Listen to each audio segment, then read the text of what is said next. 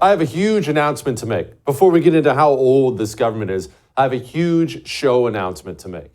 I'm going to be stepping down from my role as the host of the show, and my son, my 13-year-old son, is going to be taking over. He's going to host the show from now on. Oh, you don't like that? Doesn't sound like a good idea. I'm kidding, by the way. I'm not stepping down. I'm not going anywhere. But why did you react that way? Why doesn't it sound like a good idea? Do you have something against my son? No, I'm kidding. I know why you have something against that. It's nothing personal against my son.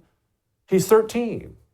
How is a 13-year-old, given his age, going to wake up every single day and digest all the news stories and go through this site and this facts and this, and then try to figure out what he's seeing, come up with some idea for the show, work with the show's producer, then get on here and try to give people maybe some help and some direction on how to think about things? He can't do it. And you know what's wild? My 13-year-old is a wildly capable young man. Of course. He could never do it. Why? Not because he's stupid. He's very smart. It's because he's 13. You see, age does matter. It matters a lot. Everyone has known this forever. Societies throughout the history of mankind have had very specific rules about age. When you are this age, you must do this. When you are this age, you must stop doing that. When you are this or that, at this age, you must resign from this military post or this post and go do this. When you're a boy, once you turn 9, you must. Age limits are a thing for a reason, because every person isn't able to do everything at every age. And I know this namby-pamby, touchy-feely society we have now, we have to tell everyone at all times, oh, you can do anything you want to do. That's a lie. I can't go play in the NBA. I'm 6'8", and I can't go play in the NBA. You know why? It's not just because I'm unathletic and slow. I'm too old. I can't keep up with a bunch of 18, 19, 20-year-olds. I'm too old, so I can't do it. There's such a thing as being too old. That doesn't mean old people are bad. In fact, I think as a nation, we frankly neglect old people, and I think it's a disgrace. We miss out on so much with them, our time, their wisdom.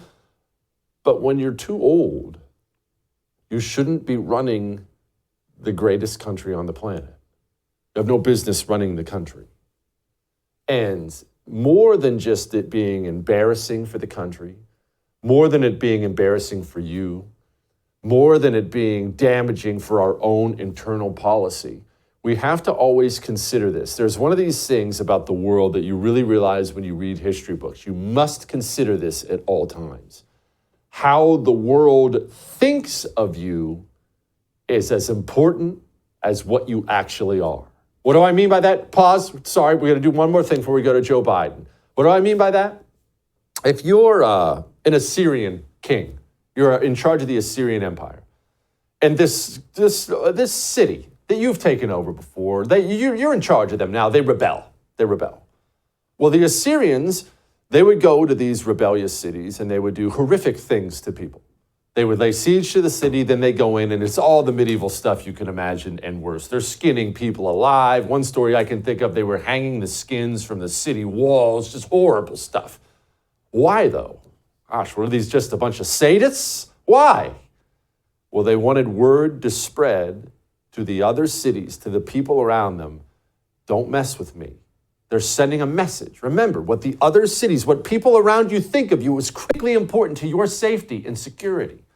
And towards the end, when the Assyrian Empire was crumbling and these cities were rebelling and they weren't getting their rebellions put down, what happened? It inspired this city to rebel and this city to rebel. What changed? How you were perceived changed. When Joe Biden speaks, the world is watching, and it's very, very dangerous to have a president who speaks like this.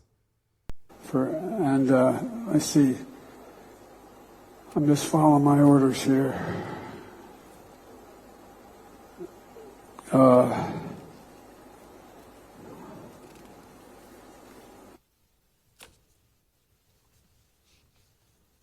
Staff, if anybody haven't spoken to... No, I ain't calling on you. I'm calling on... I said I had 5 questions. Anita from VOA. He may have a game plan. He just hasn't shared it with me. But I tell you what, I don't know about you, but I'm going to go to bed. The best way to get something done, if it holds near and dear to you that you like to be able to, anyway, from Charlotte, another line going from in Florida down to Tampa of Putin's kleptocracy. Yeah, Los Angeles and what am I doing here? I'm sorry, I don't mean to laugh, but look, it's not funny. It's not. Obviously, we get a snicker out of these things. Anyway, but the world is watching, and the world is licking their chops. When they see a government like this, a president like this, they're licking their chops. And don't think it's just about Joe Biden. Don't. Dianne Feinstein, she's a United States senator from our most powerful state. California is our largest, most powerful state. Being a United States senator from California is a really, really, really big deal. That's a lofty, important position. Dianne Feinstein has to be told by her staffers how to vote. And when I say how to vote, I mean simply saying aye. Clerk will call the roll. Senator Feinstein. You say aye. Pardon me? Aye. Yeah. Just say I would like to support a yes vote on this. It provides $823 billion. That's an increase of $26 billion for the Department of Defense. And it funds priorities submitted. yeah. Just say aye. Okay, just Great. aye. Thank you. It's not funny. I know everyone, it's funny. No, we don't just need functional adults. We need our best people in that position. Instead, we have Dianne Feinstein, who is practically a fossil. Over 20 members of Congress, over 80. Over 80. You know how old Bernie Sanders is? He's not even in the top 10. It's a national disgrace. The most powerful Republican in Washington, D.C. is Mitch McConnell. Mitch McConnell can't give basic TV interviews and answer basic questions without freezing up. Just look at this. Bipartisan cooperation and a string of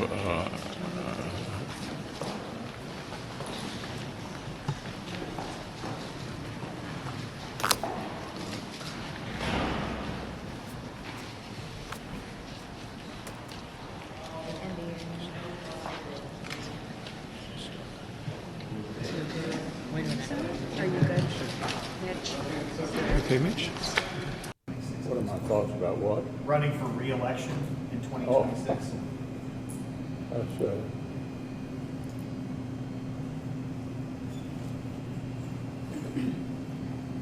Did you hear the question, Senator? Running for re-election in 2026? All right, I'm sorry, you all. We're going to need a minute. Senator. Benny.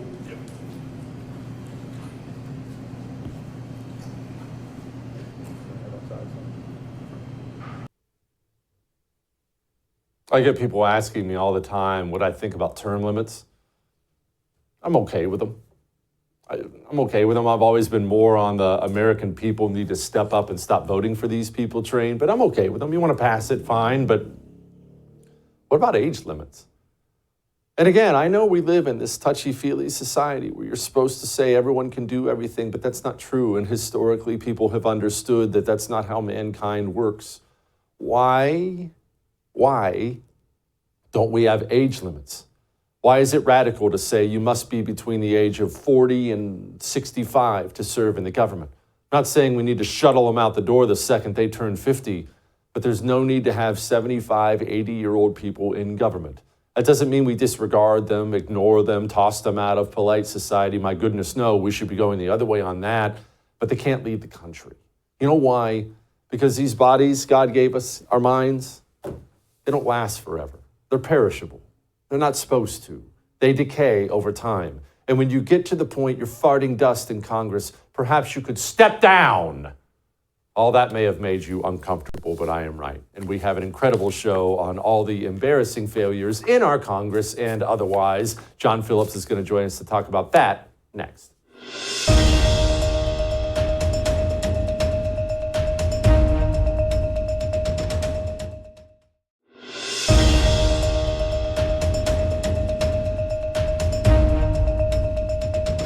End of quote. Repeat the line. Biden's being Biden's being an extremist. America is a nation that can be defined in a single word. I was in the foothills of the Himalayas with Xi Jinping.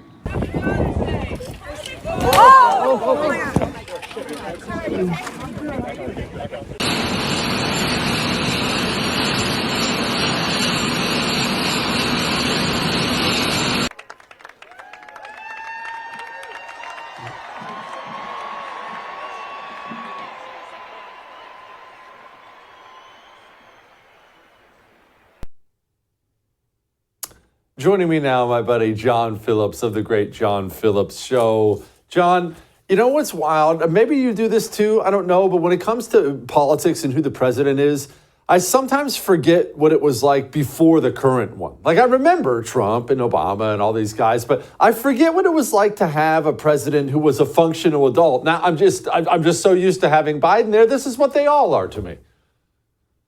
Yeah, it does feel weird to have a president who is available for pre-boarding for Air Force One, isn't it? It does. It does. And that actually brings me perfectly into this, well, Kamala Harris being asked some uncomfortable questions lately, like this one. The Wall Street Journal had a poll showing 2/3 of Democrats say Joe Biden is too old to run again. Are you prepared to be commander-in-chief? Yes, I am, if necessary. She's getting asked that a lot lately, John. Are they pushing him out? Well, this is where the Democrats are in a real tough spot. And I don't know if you've noticed this in your own personal life, but I've noticed it happening all around me. Whether it's Democrats in my social media feeds, whether it is what I'm watching on cable news, whether it is, whatever's going on around me, friends and family members. Democrats right now are beginning to collectively realize all at once that Joe Biden is a serious problem for them, and they need to move in another direction if they want to win the election. The problem that they have is that in the last election cycle, Kamala Harris was chosen due to her sex, due to her race, and not due to her ability to take over the presidency if needed.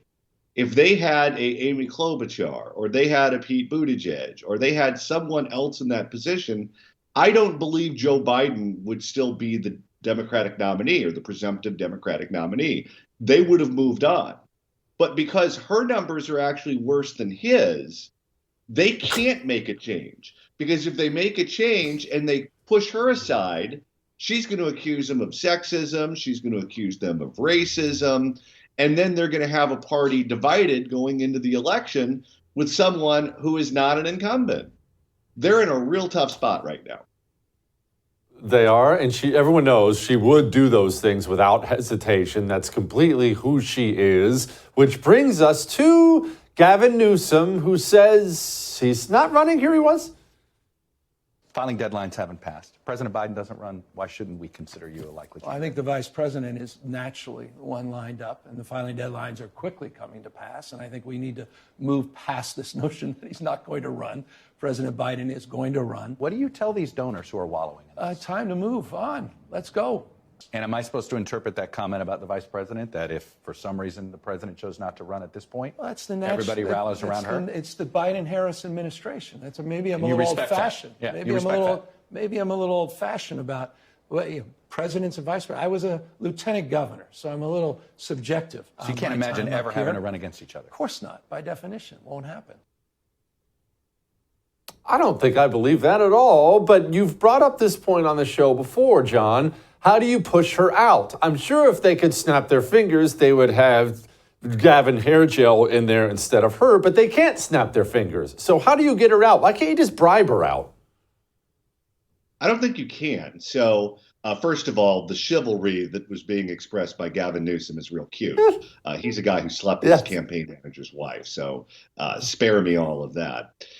There's a columnist at the LA Times by the name of George Skelton who wrote a column essentially saying what the Democrats need to do is to have Gavin Newsom appoint Kamala Harris to fill Dianne Feinstein's Senate seat if she were to resign or pass away. That takes her out of the vice presidency. It fulfills a campaign promise that Gavin Newsom made when he said it would be a woman of color, a black woman, that he would appoint to the U.S. Senate seat. So all the boxes are checked, and it gets her out of the way and allows the Democrats to put someone up there who has a much better shot at winning a national election. Now, after that piece went in the newspaper, her office went absolutely ballistic. And they were offering her spokespeople to the local media here in California to try to give Kamala Harris good press and try to downplay this column that went all over the place. She was so furious at this. So given her reaction to one newspaper column in one part of the country that's not in a state that's going to be contested, it shows you how sensitive she is to any suggestion of pushing her out of the way. If she gets pushed out of the way, let me tell you, she's going to be coming out with an ice pick for anyone who's doing that. And she holds no prisoners. She's been very shrewd politically throughout her career. I mean, don't forget, she's the one that had all of these negative stories dropped about Karen Bass to knock her out of the vice presidency contention so that Kamala Harris would be the last man standing. She plays dirty and she plays for keeps. So if they try to do that to her, they better be ready.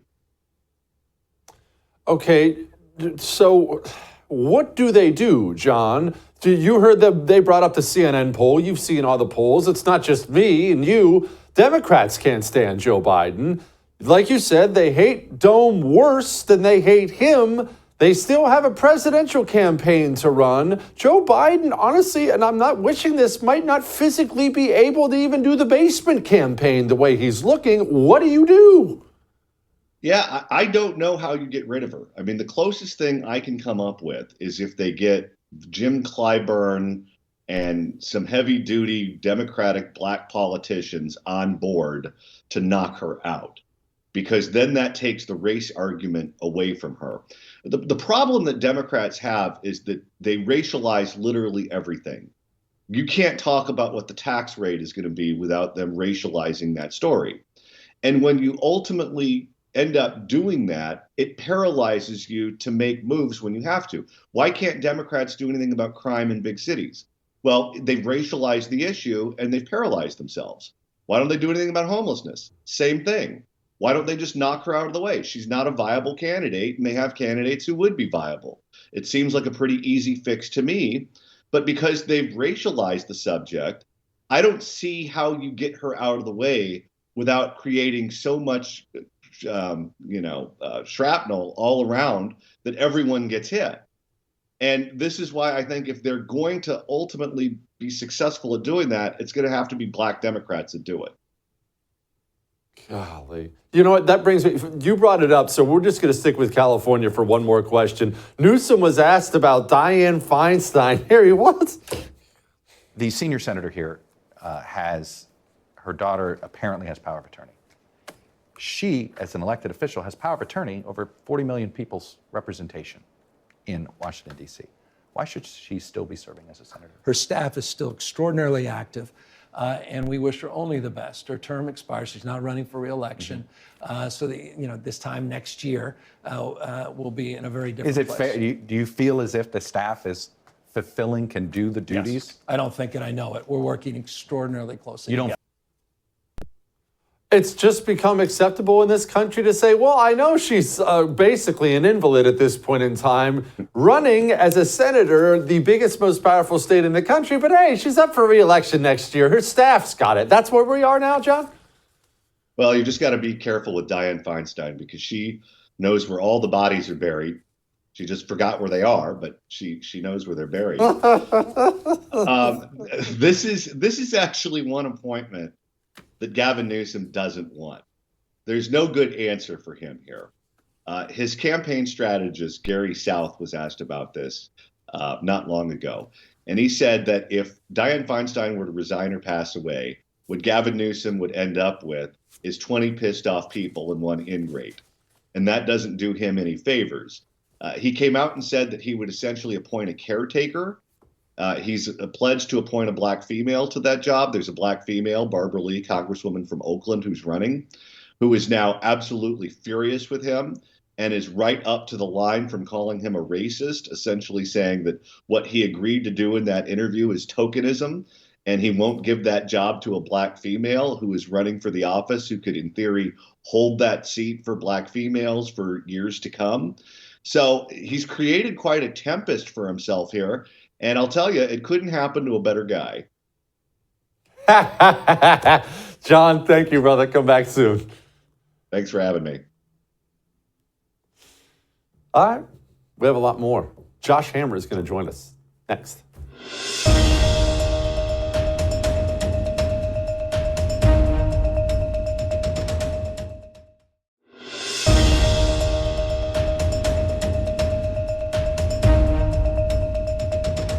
So I am motivated to do everything I can to win this election. I think it's urgent for our democracy, for our relationships worldwide, and more importantly, for every kitchen table discussion in our country. She's 83. I just had to look down and make sure that I had that right. She's 83 years old. Joining me now, Josh Hammer of the Great Josh Hammer Show. Josh, okay, so you're Nancy Pelosi. You're old, you're rich, you're corrupt. I get it, all the bad things we can say about Nancy Pelosi, but you are 83 with millions of dollars. And maybe I'm naive, Josh, because I'm only 42, but I would think if I was 83, having accomplished everything she did, and I had millions of dollars, I would be on a lake in Italy or something somewhere, eating pizza. Why are these people always staying where they are? You know, Jesse, I almost had a heart palpitation when you said to me just now, you are Nancy Pelosi. I mean, I know my fiance is trying to get me to do some Botox, but I definitely have not had anywhere close to the level of Botox that Nancy Pelosi has had over her time in Washington over the past 2, 3, 4 decades or so. Look, I mean, what is Nancy Pelosi possibly still hoping to accomplish? I mean, like you said, it's very easy to hit her for corruption. She and Dianne Feinstein have been the two pegs of the San Francisco Democratic Party elite class for decades and decades, going back to the 1970s. By the way, speaking of Pelosi, I mean, shouldn't she be focusing more on whatever happened to her husband, Paul Pelosi, in that very strange episode that I'm not sure that we ever really got the answers to? I mean, I still have a lot of questions about that. I could speculate with you right now. I think you and I probably would go to a similar place if we started speculating, but it didn't look good. Look, I am a strong proponent of age limits. I think even more so than term limits. I mean, look, there is a floor. I mean, we have a 35-year age minimum to run for president. You have 25 years to run for House, 30 for Senate. I mean, the Constitution is very specific about the floor. I mean, part of the reason perhaps why the framers didn't think ahead to put in an age ceiling is that life expectancy obviously was drastically shorter back then. So you probably had less of a reason. But I mean, the notion that we are currently ruled by people in their 80s, like Princess Nancy with her dentures falling off, getting Botox every few months, it really is a slap in the face to the American people ultimately. It is, Josh, and sadly, this is a bipartisan problem. Obviously, we've all seen the clips recently of Mitch McConnell, the most powerful Republican in Washington, D.C., now can't complete sentences if he's on camera. God only knows how bad it is behind closed doors. So why is it this way, Josh? We have all these politicians people hate, they claim to hate, they're too old, they're too corrupt, they're too this, they're too that. Yet we vote for these people time and time again. All these people are voted. Nancy Pelosi gets voted for easily in San Francisco. Mitch McConnell wins re-election easily in Kentucky every single time. Yeah, he does. And Mitch McConnell has also gone down now as the longest serving leader of either political party in the entire history of the United States Senate. So that man's had a good run going back to the 1980s. Look, I think the easiest answer to your question, Jesse, is that the longer that you are in power, one is you will have more barnacles that try to attach themselves to the whale or the fish, whatever analogy you want to use. Put another way, you're going to have more lobbyists. You're going to have more people kind of seeking special favors. More people are kind of just are going to come to you to beg for scraps at the table. And as that goes on and on and on over years, then eventually you're going to kind of get those people into your orbit. They will either join your formal campaign, they will join an outside super PAC supporting you, they will go into the media and write kind of, praising articles about you. It kind of all feeds onto itself. I mean, this was kind of the best kind of Tea Party era argument for term limits, in addition to age limits, was that you have to have some mechanism in place to prevent this thing, or else you're just going to go on and on and on and on. Because again, it is very much kind of a one-way whirlpool. It's going to just continue down this road. For Mitch McConnell himself, I mean, I feel bad for the guy. I really do. I mean, this is hard to watch, frankly. I mean, this has happened now twice, once in Washington, D.C., once back in Kentucky. I don't know what's going on with him. I'm not a doctor, a mini stroke, mini seizure, maybe neither of those, something else here. I do know that I think Senate Republicans should start planning sooner rather than later as to what a replacement plan looks like for kind of putting someone in there to supplant him as the Republican caucus leader in the United States Senate. And again, I wish him all the best health-wise, but it's probably time for him to start thinking about retiring, at least once the governor's mansion in Kentucky hopefully switches from Democrat to Republican. Josh, I don't feel bad for him. I feel bad for us. And it's not that I wish anything bad on an old man. It's not that. But I think about John Cornyn, and what I see are Mitch McConnell light and Mitch McConnell light. And I know that one of those two barnacles, to use your words, they're going to take over for Mitch McConnell the second we finally get rid of that dude. And therefore, nothing will change, because nothing seems to ever change in Washington, D.C., except the age and the face. It's a battle of which John would be least feckless, right? Or like somewhat more palatable. You've got John Cornyn, you've got John Barrasso of Wyoming, and John Thune of South Dakota, none of whom are anywhere close to being rock-rib conservatives. I mean, John Cornyn, Jesse, you're a Texan, I'm a former Texan. I mean, Texas conservatives have had issues with John Cornyn for decades and decades and decades, going all the way back to his time as Texas Attorney General, where he was even a weak Attorney General statewide. John Thune, who I think has already endorsed Tim Scott's presidential campaign, if I have that correctly. I think he's the only sitting U.S. senator to do so. That kind of says all you need to know about where John Thune's political priorities are. John Barrasso, who back when he ran for U.S. Senate the first time in Wyoming back in the 1990s, ran as an openly pro-abortion Senate candidate from arguably the reddest state in the country, Wyoming. So I like you at this point, I would probably roll the dice with McConnell until he either resigns or croaks, I think, but it's not a particularly good choice. No, it's certainly not. And I don't like it that none of our young hot shots seem interested in taking, a run at the crown. Here was Josh Hawley on my show. I mean, listen, I'm a guy who voted against my own leadership in the Senate. I mean, I just did it a few months ago where I voted against our current leadership. I said I thought we needed somebody different. We need somebody new. We need somebody who's actually in touch with the voters. And I stand by all of that. I mean, I say it practically every single day. I just think the Senate is really out of touch with the American people. Senator, are you going to be in leadership soon? I totally agree. Our leadership really, really sucks in the Senate. The House is a little bit better, but are we going to see a move to kind of replace some of this old guard that's let us down time and time again? Well, it's not going to be me. It's not going to be me. They all say it when I text them, when I talk to them, Josh. Well, it's not me. Maybe somebody, not me. Why don't any of the good guys want to be in leadership?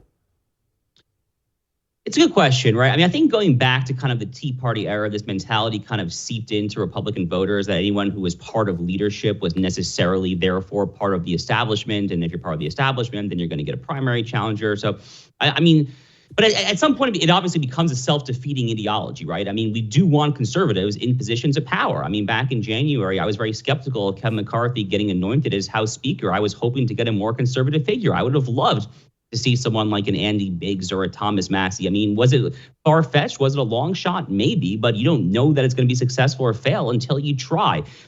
Jesse, the one kind of like genuinely conservative-leaning U.S. senator who I could actually see maybe being able to cobble a coalition together to actually lead the caucus is actually my former boss, Mike Lee of Utah. So Mike Lee, I think right now he's the head of the Senate Steering Committee on the Republican side. He's had kind of quasi leadership roles. He's been very involved with the Joint Economic Committee.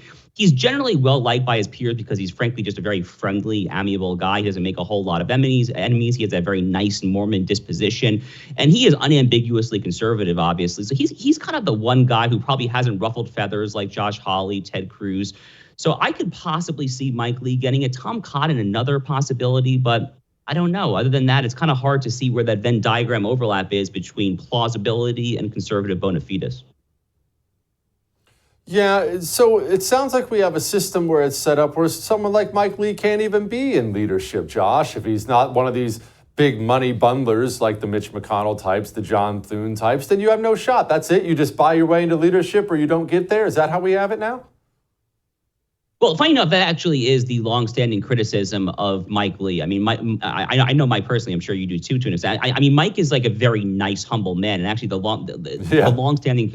very longstanding criticism of him is that he's actually not a prolific fundraiser because he doesn't exactly love to go into people's living rooms and beg them to cut a check on his personal behalf. So, look, I mean, fundraising prowess obviously is a huge part of being in any kind of leadership position, whether it's NRSC, NRCC.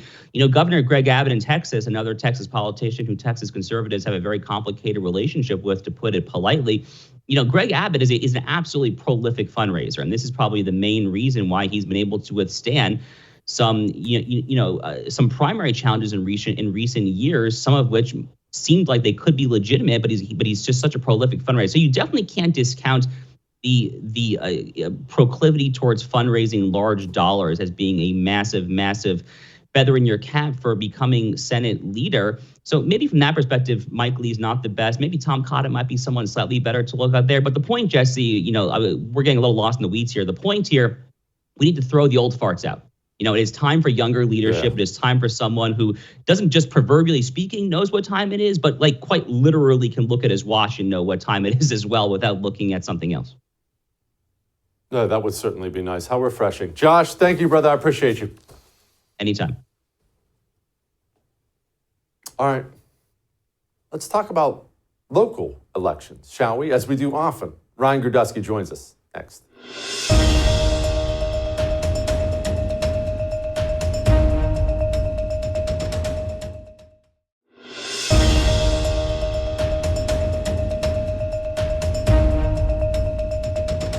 Should voters worry about the ages of President Biden and former President Donald Trump? I think that's absolutely legitimate concern. And the presidency is not a job for someone that's 80 years old, and there's nothing, wrong with being 80. Obviously, I'm the governor of Florida. I know a lot of people who are elderly. They're great people, but you're talking about a job where you need to give it 100%. We need an energetic president. And I think that if the founders could kind of look at this again, I do think they probably would have put an age limit on some of these offices. Well, I don't know. I hope they would have. They should have. Joining me now, I wonder if he'll argue with me about it. He might. Ryan Grudusky, he is the founder of the 1776 Project PAC. I've never been a big fan of term limits, but I'm a big fan of age limits. I don't know why that's difficult to say. I think term limits are give or take. The staffers just get more powerful, and the people should be switching their government for them. They shouldn't ask for a law. What say you? I agree with you. I don't like term limits. I have not liked term limits ever because in the New York City Council, we have term limits, and all that happens is the chief of staff either remains the chief of staff for the next administration. She's the only one who knows how to run things, and the bureaucratic state actually does most of the work as electeds don't really know what goes on. I do support age limits in theory, and I just think that maybe it's a competency thing. Like, I think that there are people like Chuck Grassley who is close to 90, if not 90, and he is incredible, but he is 1 in a million. Dianne Feinstein, for other hand, I think probably should be forced out to retirement at this point. And certainly for president, I think that you should have to pass a competency test. I think, by the way, you should have to pass the same kind of test for driving after the age of 70. I think after the age of 70, you should have to take a driver's test again. And I don't think there's anything wrong with sitting there and saying that at a certain age, it's not that you're useless in society, but maybe you're not up to certain tasks like you were. And there's a place for you, but it's not in the same place as maybe you would like to be, you would have been in the past. Ryan, is the public, do they feel the same way? Because look, I'm sick of these old politicians. You are, most people watching, they are too, but these people keep getting elected. Nancy Pelosi gets elected. Mitch McConnell gets elected. Dianne Feinstein gets elected. Joe Biden gets elected. The public doesn't seem to actually care about these things. Yeah, I mean, I think they do in theory and not in practice. It's like the question of, a lot of polls have said, to Democrats, do you want Joe Biden to be president again? 70% say no. And then who are you voting for in the primary? 80% say Joe Biden. Donald Trump, 70% of America wants him in prison, and 47% of America wants him to be president again. People's opinions are kind of broken in half. I think that there's two things. One is that Congress is not as old as it used to be, which people forget. It used to be a lot older. In the early 2000s, when like John McCain was a young person in the Senate compared to the senators of Hawaii and Alaska and West Virginia and New Jersey were well into their 80s. It was a much older Congress. So Congress has gotten younger, but most people don't stay in Congress as long as people think they do. The average senator stays in for 2 terms. The average congressman, I think, for 5 or 6. So people usually don't stay in Congress for more than 10 years, period. So I don't think we need term limits, but I think that people need to maybe re-examine age. And the reason they're being reelected is because it's easy to get reelected once you're already in office. It's very difficult to lose your election. Yeah. Speaking of that era you referenced, Arlen Specter. I don't even want to say all the stories I heard about Arlen Specter carrying his old butt down to vote and things like that. Okay, enough of this.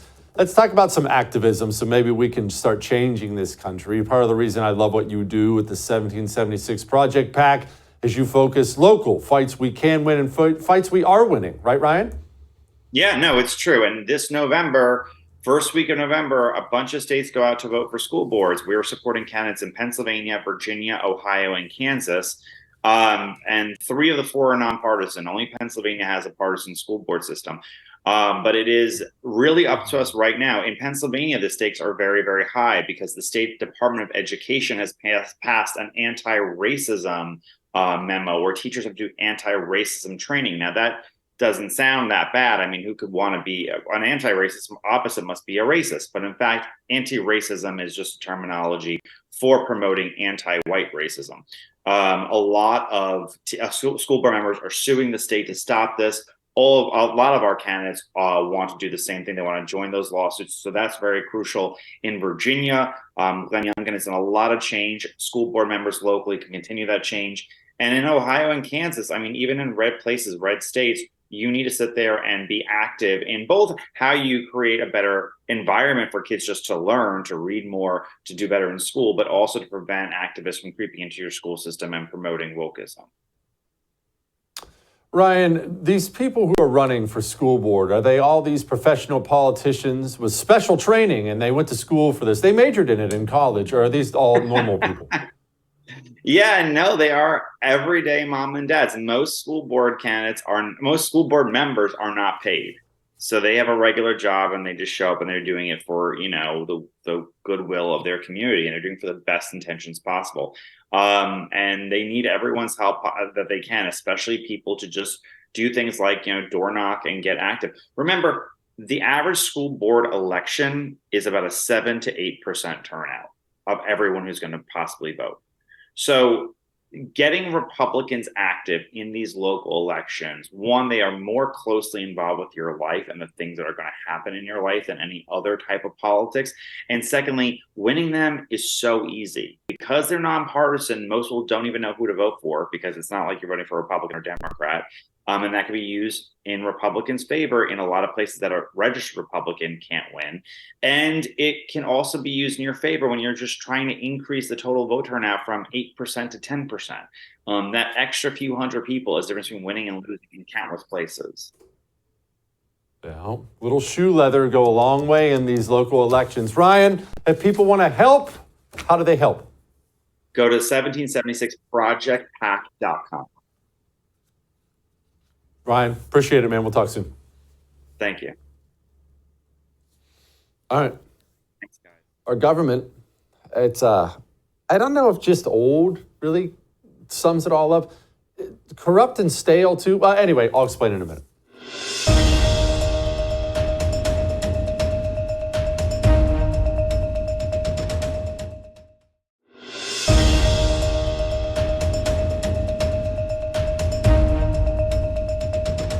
All right.